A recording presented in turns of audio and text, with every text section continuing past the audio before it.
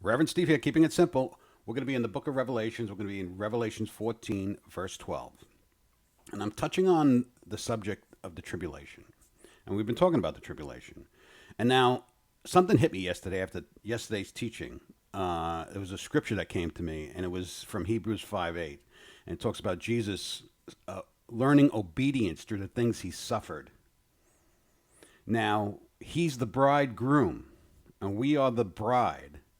So this is the point I wanted to make, and this is the point, this piece of scripture we're going to be talking about right now. I'm going to be taking this from the Young's literal translation, that the church has to go through a purging or suffering to be purified, just like Jesus was.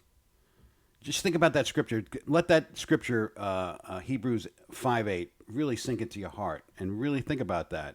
He learned obedience through the things he suffered, and he suffered awfully and terribly. What makes us think that we're going to be right out of here?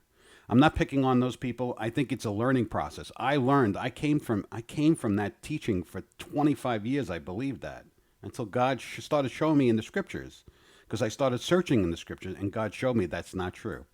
So I'm going to show you. This is a beautiful piece of scripture, and this is one you will not hear taught in those kind of churches. Let's get into this. So we're in Revelation 14, verse 12. Here's is endurance of the saints.